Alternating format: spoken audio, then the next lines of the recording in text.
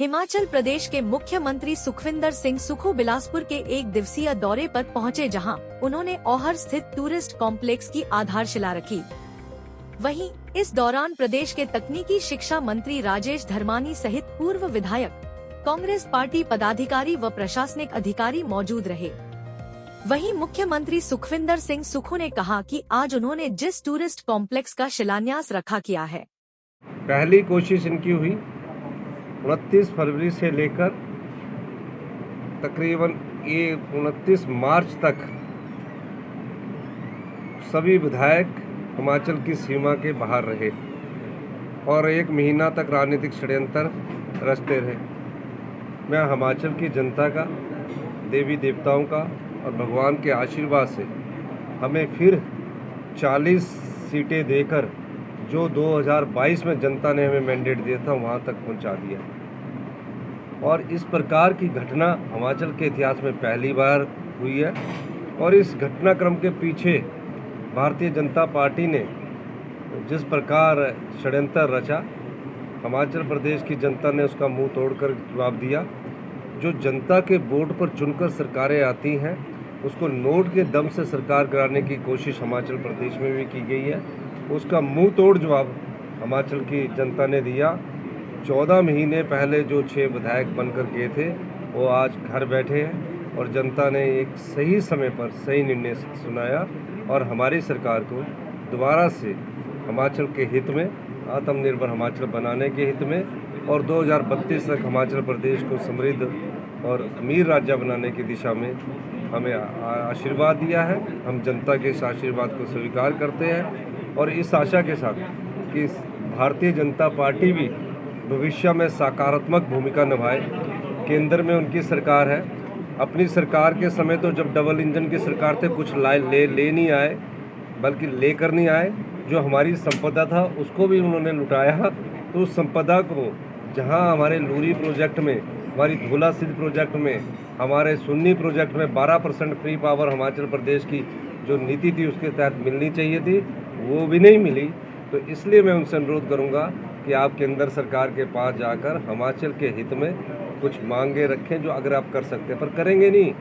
वो तो अभी तक आपदा से राहत के लिए हमारे को कुछ नहीं दिला सके।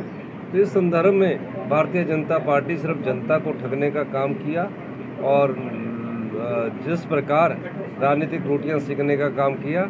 अब हमारी सरकार आचार संहिता हटते ही युद्ध स्तर पर हिमाचल के विकास के कार्य करना शुरू कर देगी। इस शिलान्यास में तकरीबन दूसरा फेज जो हमारा, जिसमें हमारे कन्वेंशन सेंटर बनेंगे, 40 कमरों का होटल बनेगा और सब हेल्थ प्रकार का रिजॉर्ट्स बनेगा और परली साइड को, दूसरी साइड को भी 25 बीघा में वे साइड अम्यूनिटीज़ बनेगी। तकरीबन 100 से 150 करोड़ रुपया हम इस पर खर्च करने वाले हैं। बहुत बड़ा प्रोजेक्ट है। तकरीबन 200 लोगों को यहाँ स्वरोजगार के अवसर मिलेंगे, रोजगार के अवसर मिलेंगे।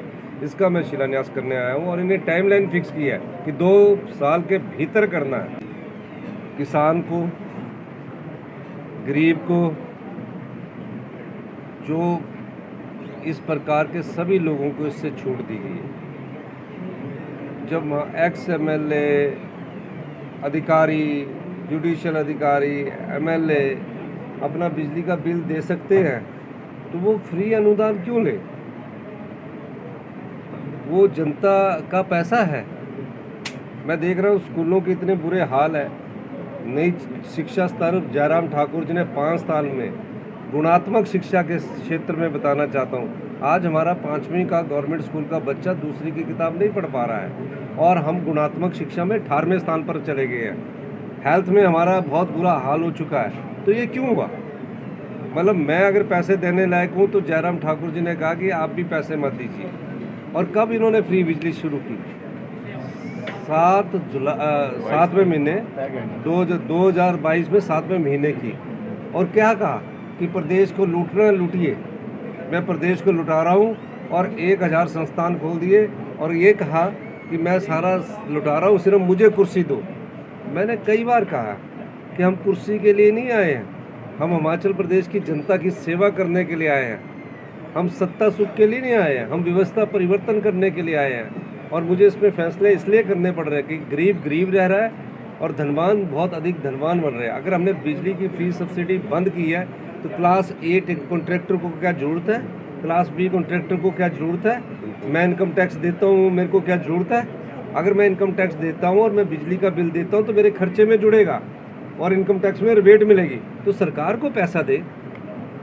बिलासपुर से कैमरामैन युगमार्ग टीवी।